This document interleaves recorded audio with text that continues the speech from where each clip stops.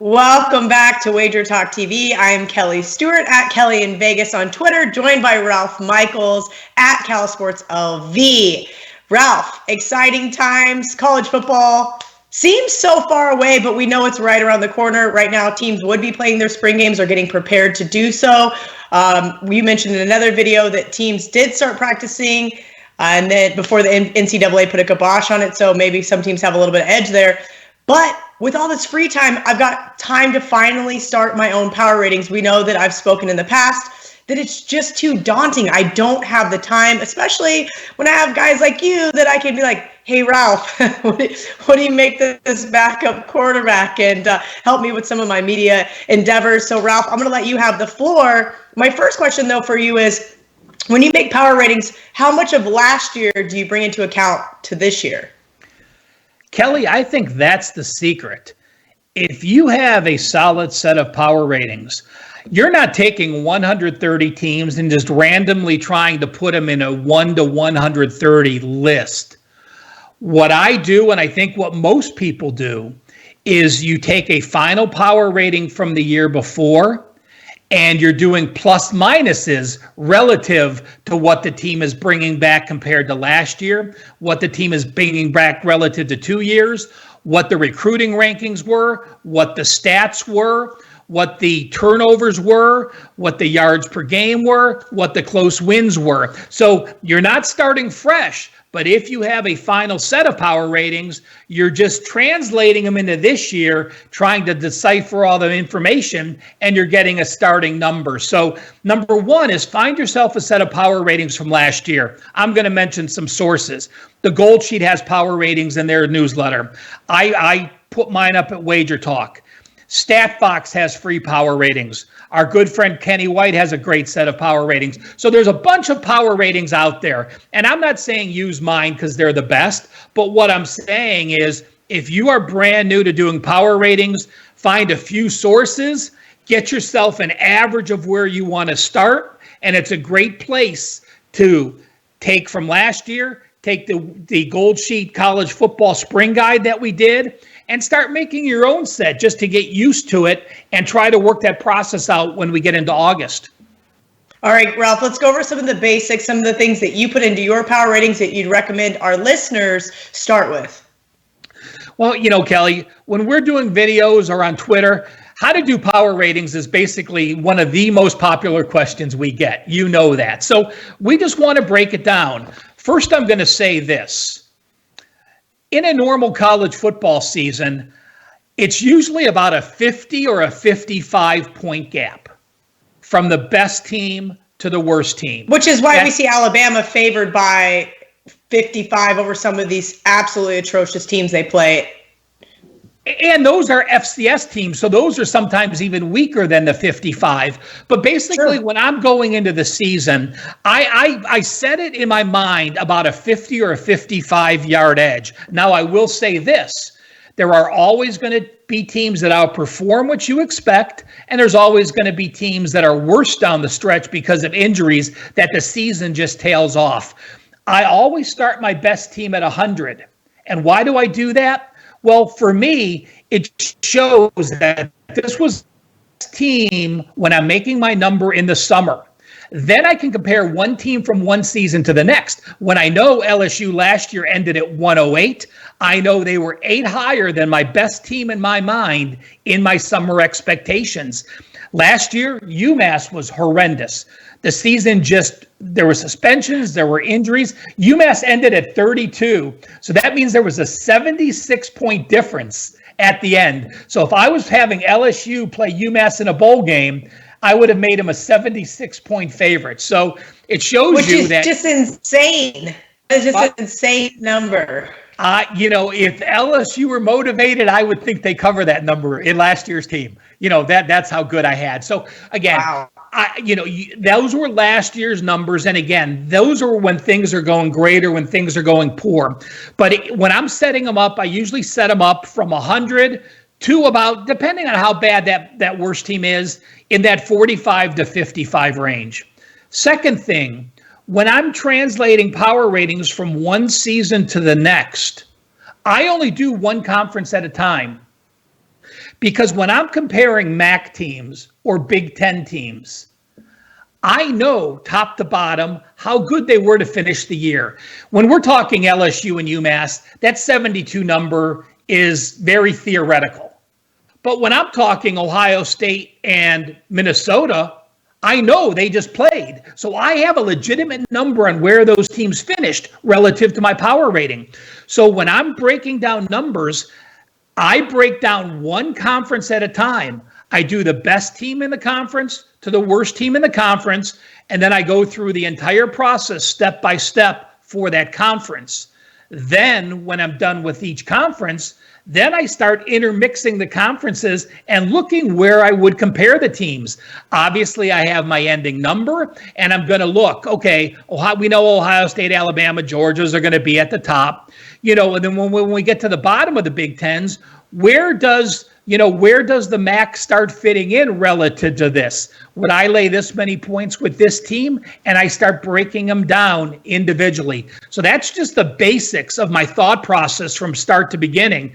Now let's just go into some of those individual specifics. Yeah, Ralph, like the biggest thing that I think, sorry, I'm looking at my note sheet as well, that I put into account here is that a lot of people don't realize, if you've been to a lot of college football games, you know that there are stadiums with great home field advantage and stadiums with just okay home field advantage. And it all depends, how much do you weigh that in your initial power ratings? And then do you adjust throughout the year if a team starts to perform better at home? Is there like a half a point adjustment here and there? I don't put them in my power ratings At all. What I do is I have a home field edge after my power ratings are complete. Okay. So absolutely, I can give you an example of my power ratings for home field edge go from 1 to 5. There are a few exceptions I have. Penn State whiteout, LSU night games. I actually make 6 or 6.5 points for my home field edge power ratings. So looking at day and nights and when those teams play, I also break that down as well. But, when I have my power rating, it is just my team playing in a neutral setting. And what I'm working on this year is having a home and a road power rating for each team. Ohio State is a strong team at home. They have a 5.0 power rating at home. But there are some teams that actually play below average on the road. There's some teams that play average on the road, and there's some teams that play above average on the road. So for a newcomer, I would say this. Get your basic power ratings for your teams, then work on your home field edges. A lot of people use 3 as a home field edge or 2.5. In the NFL, I have no problems using the same number for each home field edge. But in college, you're doing yourself an injustice if you use a 2.5 or a 3-point home edge, because there is such a variance from one team to the next. I feel like that's KU football. They get 1 point for home field advantage. I mean, you know what I mean? Do you even really give them that? And that's kind of the thing. But you mentioned Ohio State, the horseshoe. I would probably on certain days, especially against a team like Michigan, maybe even give them 5.5 or 6, just depending on how awesome and rocking and rolling that stadium is. All right, so one of the things that I noticed this year in college basketball, I know we're all in March sadness right now, and we are talking college football, but one of the things I noticed that Ken Pomeroy uses is a luck factor. And I never thought to use that before. Ralph, do you use a luck factor in your college football power ratings? Well, luck is some formula that Ken Pom came up with, close wins and close losses. Okay. So close wins and close losses are absolutely a necessity. And I think it's the number one factor that people don't look at when comparing one team to the next. I would have never thought to look at it. I mean, how do you quantify true luck? You don't. But now that you say that as close wins, close losses, elaborate a little bit more. Well, let's talk net.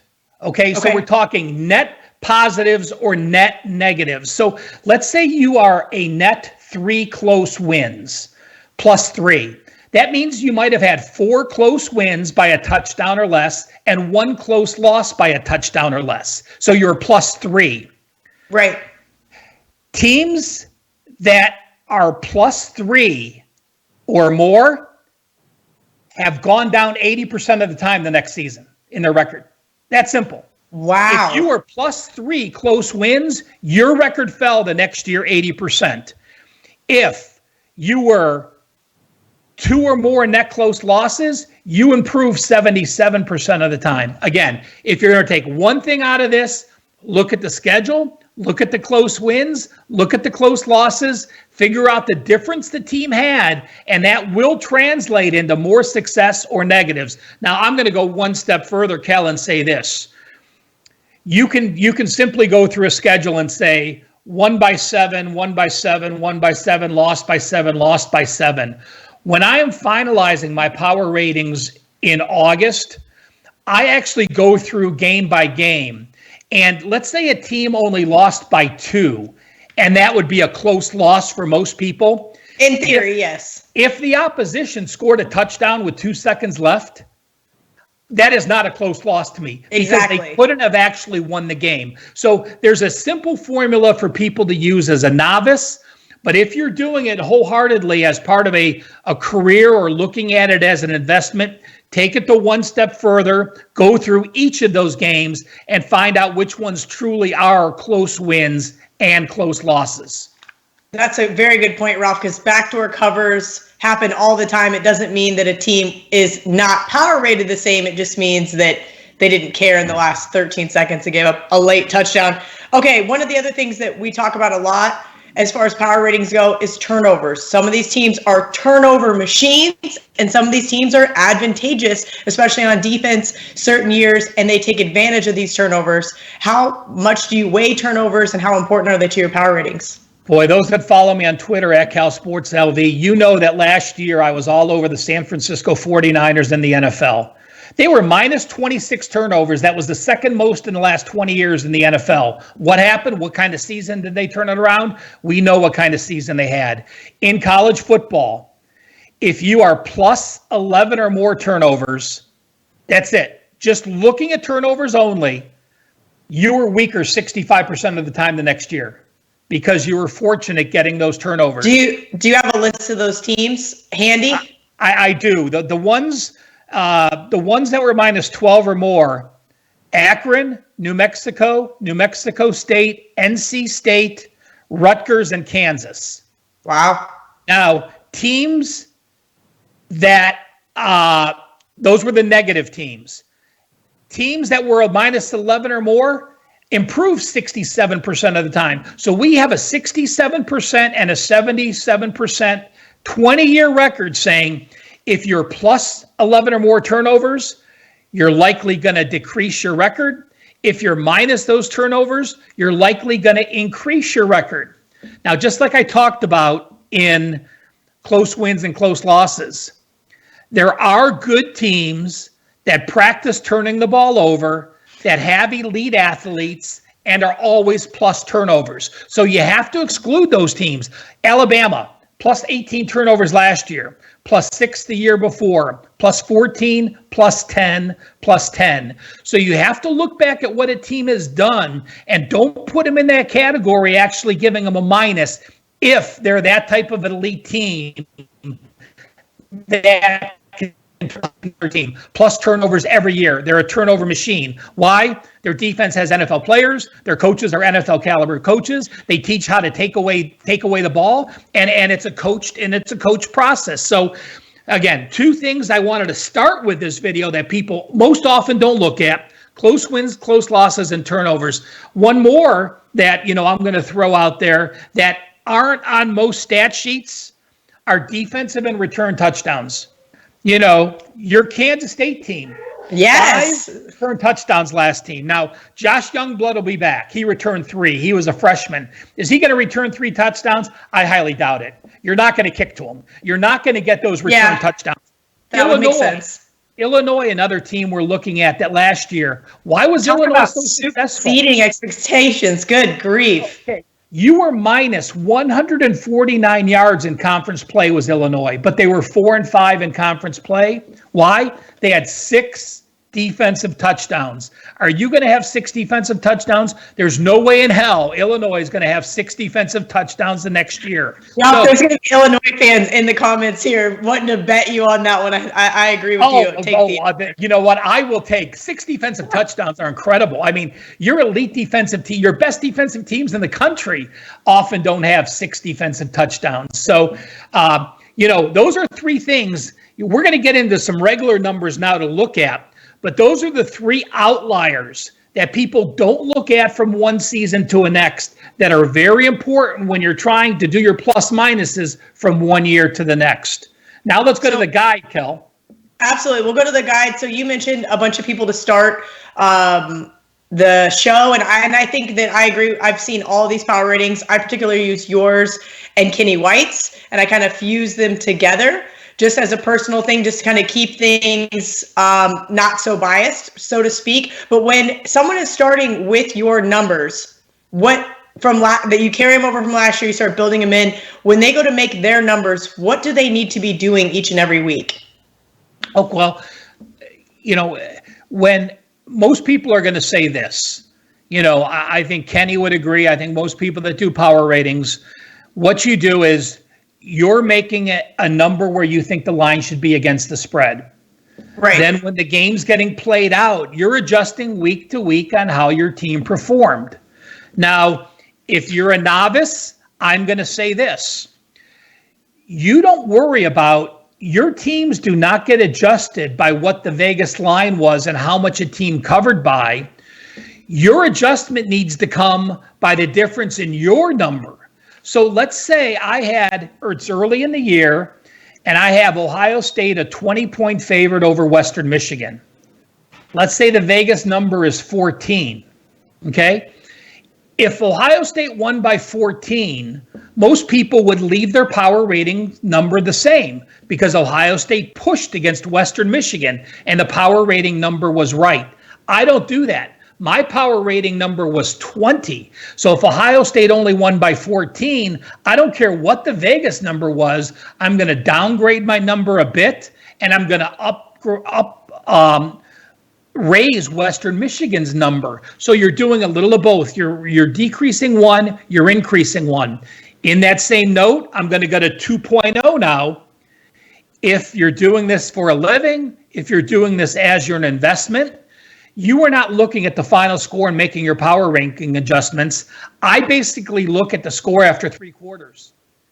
If an Ohio State is leading Florida Atlantic 42-0 and FAU scores 3 late touchdowns, I don't take those into account. I take the difference between the final score and what that third quarter score. I don't worry about garbage yards, and I make my adjustment from a score that I think the game would have played out if Ohio State played to their potential the full game. So again, a lot more work, but the difference between what a novice can do, just making their own numbers, and the 2.0 level of what you need to do looking at power ratings.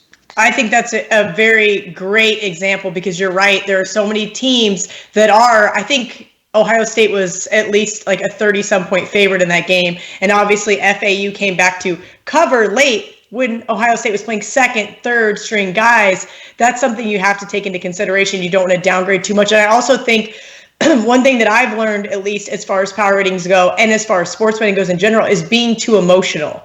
If Ohio State loses outright as a 17.5 point favorite to Cincinnati last year, people tend to downgrade teams too much and too quickly, instead of looking at the whole picture where we now know, hey, Cincinnati was a good team. Ohio State was also a great team. Just obviously that didn't happen. Ohio State blew the doors off them. But I think people tend to become too emotional and move lines too quickly and tend to overreact. Yeah, there's that one game overreaction. I never move a game more than 3 points, Kel.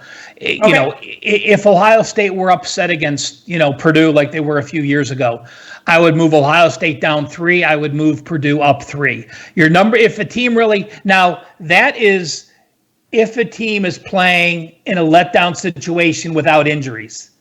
If a team loses their quarterback and running back, you're making the adjustment that you think you need to make. But over adjusting just because of a one game performance with the team being healthy, I never change 6 points total, 3 points off the top team, 3 points to the bottom team to make them 6 point closer, regardless of the results. So a great point, capping your emotion, because let's say your number's off the next week.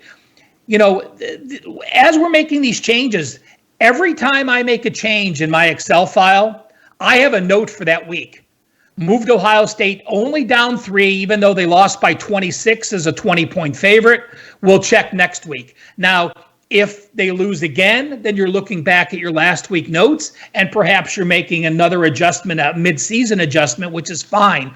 But always put your notes in, so at the end of the year, when you're going through week by week, you remember. You're not going to remember why you made every move or why you didn't change a team even though they lost by 15. You know, an example is, even though a team was a favorite and they lost by 15, if you were up at halftime and you lost your quarterback and your running back, they were, they had targeting or they were suspended or something happened, I'm not going to make that adjustment because they were up when they were playing and then they went on to the next week. So there's a lot of little factors, week to week changes that you have to look at. Okay, what else are some of the basic things that you put into your power ratings and you think that our listeners need to focus on? Well, I would certainly go back and take a look at the Gold Sheet College Football Spring Guide, because we talked about a lot of those scenarios. I think it's very important to look back multiple years, what the recruiting rank was, how many starters they have back. If I right now say, okay, Ohio State was 100, Michigan State was 81. Well, this year Ohio State has 9 returning starters and Michigan State has 10 returning starters. So does that mean Michigan State's going to be very close to Ohio State? No. Why? You go back to last year. Ohio State only returned 12 starters last year. Plus, you have to look at transfers. They get Trey Simon, a Big 12 starting running back on Oklahoma as a freshman. He was injured last year. They now signed him. That makes your starters closer to 11. And then when I look at Michigan State last year, Michigan State had 17 returning starters. So although Michigan State has more than Ohio State this year, they had 5 more than them last year, and they were worse. So again, you're looking at Michigan State and you're saying, even though they're close, they're not in the same level as Ohio State. So looking from one year to the next with yards per game in conference play, turnovers, recruiting, returning starters, turnovers, and again, luck factor or close wins and close losses. Just a start on what, there's one more thing in the guide I want to mention, that in the middle section in the guide, I have players that started a game and then percentage of starts made by class. This is the Gold Sheet College Football Guide that's free at Gold Sheet and at WagerTalk. The best team in the country last year, LSU or Clemson. Clemson had 29 players start games. Well, you need 22. If you're starting at 11, play every game, you have to start 22. So they only had 7 backup players start games.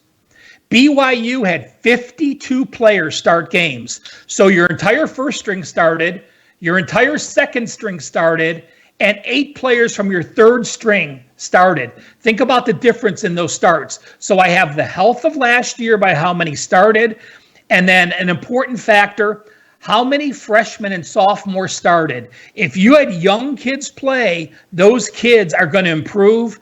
The number 1 team last year with freshmen and sophomore, Purdue. 53.2% of Purdue's starts were made by underclassmen. You have your same coach. You have a lot of young players. They're going to get a lot better as they grow bigger and stronger and they move into their sophomore and junior years. So just another factor to look at when you're making your rankings. So start with last year's numbers, conference by conference, work up this year's numbers based on the information from the Gold Sheet Stat Guide, and then tweak them as the summer goes. And like you said, don't overreact to one score. Don't overreact to one player in the summer.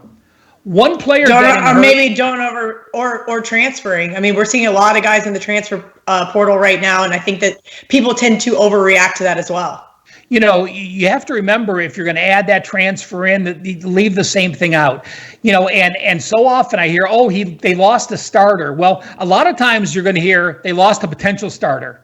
But if you're in summer and there's a 1 and a 2 guy, it's not that much of a drop off.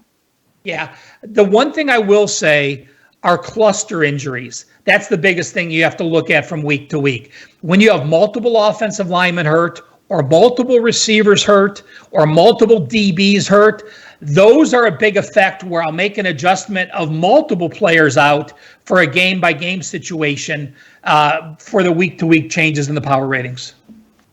Awesome stuff, Mr. Ralph Michaels. We call him Stat Daddy over at WagerTalk. Little inside joke. It's always a good time with you. Thank you so much for sharing your knowledge with us. As Ralph mentioned, the spring guide at the Gold Sheet, powered by WagerTalk, is available. Ralph, when are your power ratings typically out? I know that this year is going to maybe be a little skewed depending on scheduling, but I'm sure people can't wait to get those numbers on their hands. Yeah, you know, Kel, I want to mention one special too.